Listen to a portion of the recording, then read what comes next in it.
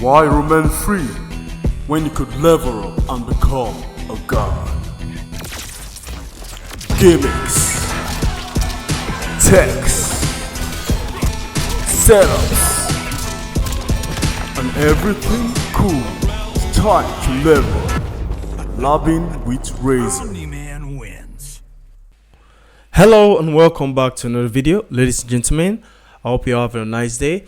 Now this guide is about the back 3 water beam. I'm going to show you guys how to confirm it. Most of you might know this, but for those who do not know, this single trick with rain back 3 water beam is going to level up your gameplay, your rain gameplay a lot, because it helped mine a lot. Now here's what it's all about. We all know that rain players love to confirm. We love to confirm the back 3 water beam. On hits, we go into our back 3 combo, right? Let's put quant for to off real quick. So on hits, we rain players will do this, which you can see in another guide, how to always get your back 3 weather god. So now the back 3 water beam on hit, we always go for the combo. While on block, we do this, right? We'll go into the block. Now from the after the rain buffs, this is now -5 on cancel. Like the back 3 water beam is -5. Now the problem with confirming by only forward advancing is that you're going to always leave yourself -5 in the opponent's face. So if an opponent have like a fast mid or a fast poke, they're always going to check you with rain, right?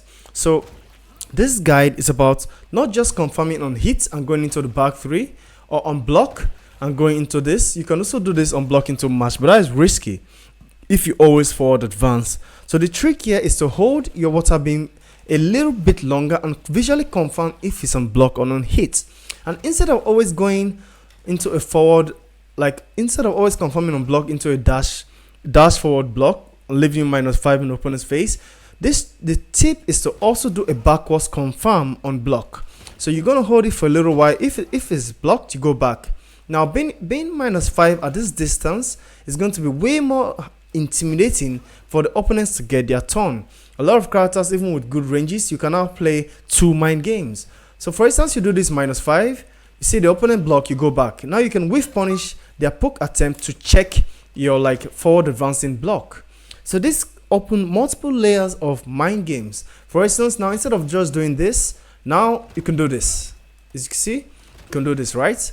You can do, okay, the blocked, you go back.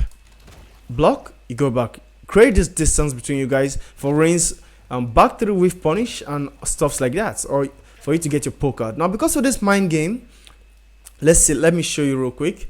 Let's go to Quan real quick, right? For instance, let's check Quan's mid on 14 frame. This is not the best tool to use to explain it. Let's check his pokes. Okay, an 11 frame poke. Now if you always confirm this way with rain, let's see, let's say the block, you go into this. No, that was a mistake. Block. If you always do that with rain, the Quan is going to check you every single time. You can see what I'm saying about always forward dashing confirm. But now, why the back dash is going to help is going to be like this. So as you can see now, the Quan, wait, let's do this. So now the Quan is more likely to whiff trying to check you.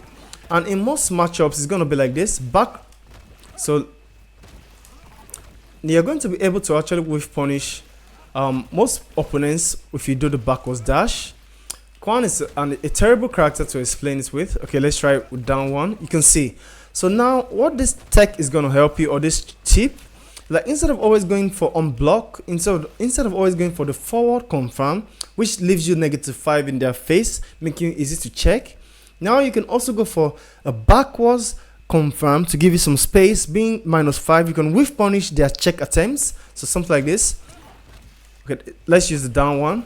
Now you can actually whiff punish them trying to check your minus frames. Quan is actually a terrible character to show this because of how his pokes work. But you actually have space to actually whiff punish opponents. You can see that right there, right? Now you have a way to actually whiff punish opponents trying to check rain. These aren't the best examples, but you get the picture. Yeah, that's it. You get the picture. Now, by going backwards, you create that space. You can now whiff punish them, try to check your forward advancing block with a backward dash. Now, this creates another mind game. Usually, when you do this, right? Let's see.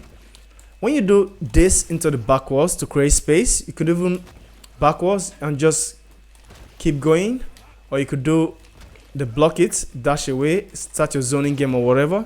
Now when the opponents have the mind game that you would like to go back, right, it creates a layer. If the opponents want to dash in to close the gap on your -5, then you can now do something like this and just go into a poke, because they're going to be like out here trying to dash to catch you going back. So you just go forward on your -5 and do this. So let's say for instance I'm the opponent trying to go in, because they are expecting a backwards dash after a blocked back 3 water beam.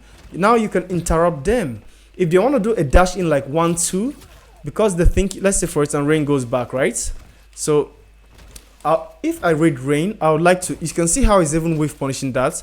So I would like to like dash forward and check his backwards confirm, right? So knowing that, the rain player can just do something like this on the -5, while the opponent is trying to go in to check your -5 backwards confirm.